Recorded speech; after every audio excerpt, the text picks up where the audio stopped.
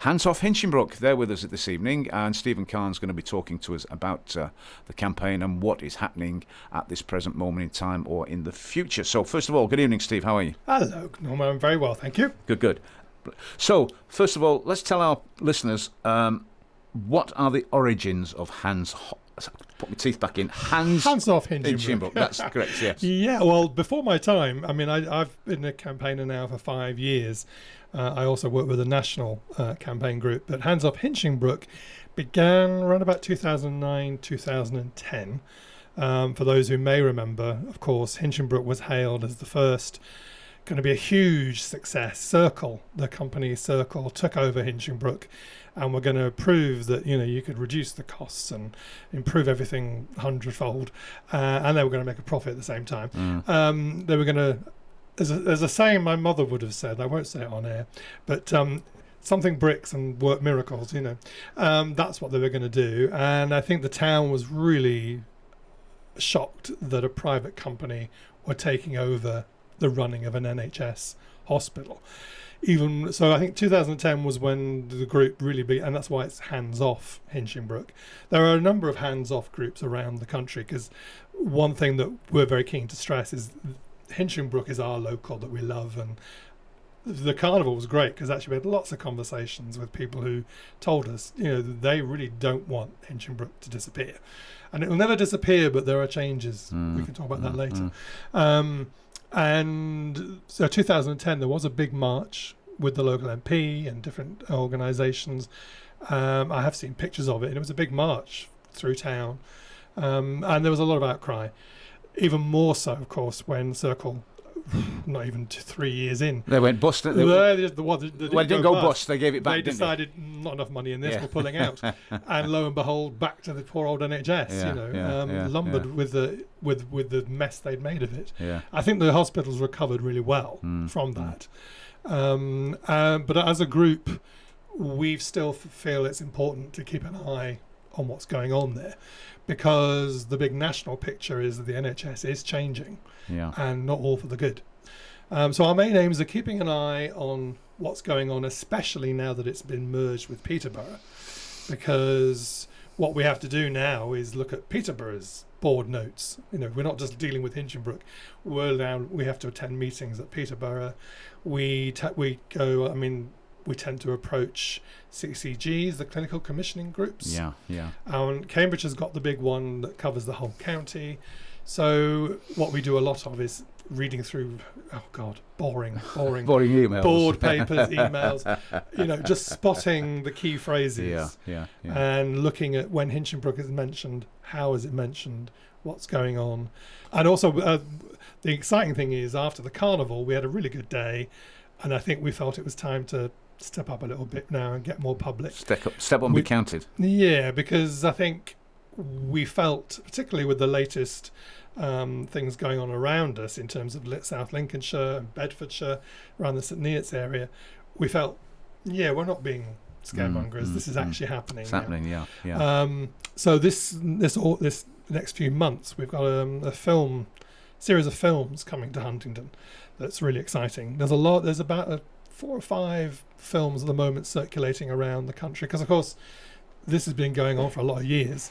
So filmmakers have been out and about making documentaries and asking various people, from professionals to campaigners to members of the public, what's going on. So we've got our first film next week, which is called Under the Knife, which is a nice dramatic title. What is the actual synopsis of it? What is the synopsis? Well, the first half of the film deals with the history of the NHS, and actually that was one of the things when I first started campaigning. It talks about the fact that the history of the NHS has always been troubled, because much as the public love the NHS, there are people in Britain who have always not liked it. They've always, when the Attlee government first introduced the NHS idea, they had to fight tooth and nail to defeat largely, of course, a class of doctors who didn't like the idea of suddenly the profession being open to oiks like you or I. You say that's very interesting, because I don't know whether you know, but in Cyprus they are now switching to their own version of the NHS. And what's happened is all the doctors that were supposed to have moved across to the NHS version have all resigned and all set themselves up in private practice.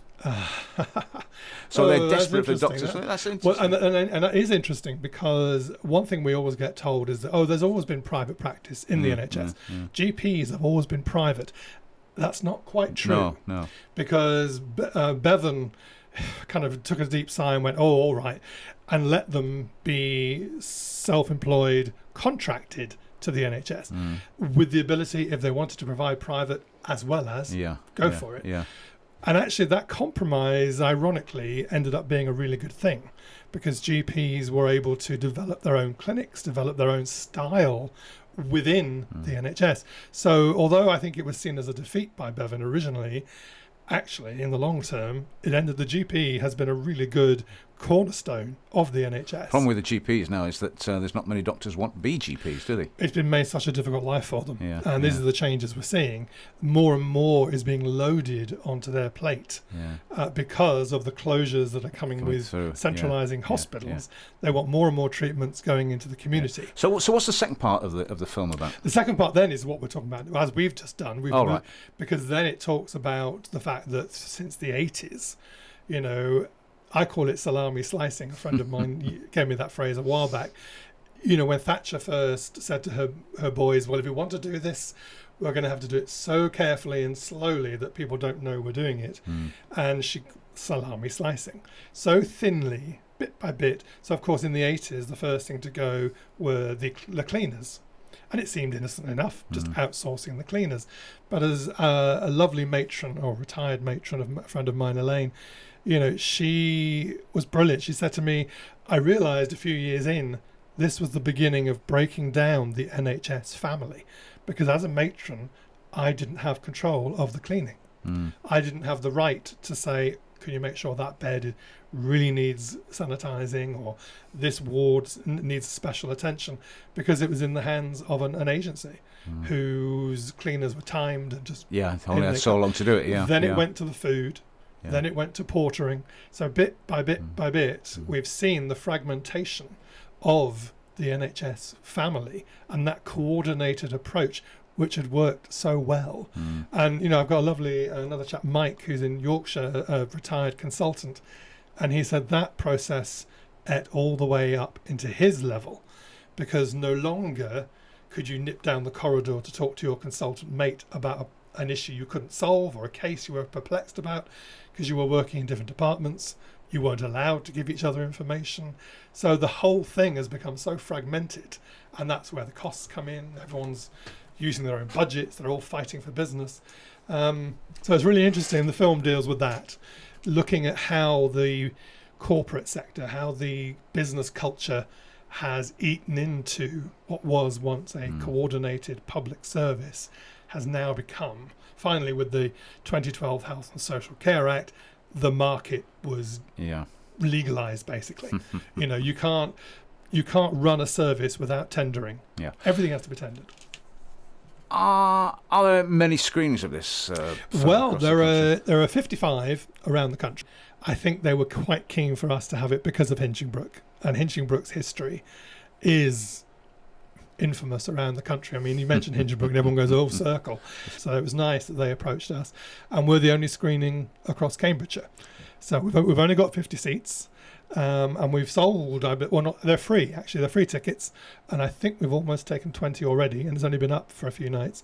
So if people do want to come, they can go to www.underthenifefilm.co.uk, and there's a screenings button, and you can just reserve a free seat. Whereabouts it's going to be at the Huntingdon Community Church, which is down the far end of the high street. Oh, yes, I know, where they do the NHS eye tests and stuff like that. Yeah. So we're in the large room there, and doors open at 6:45, and the film starts at 7.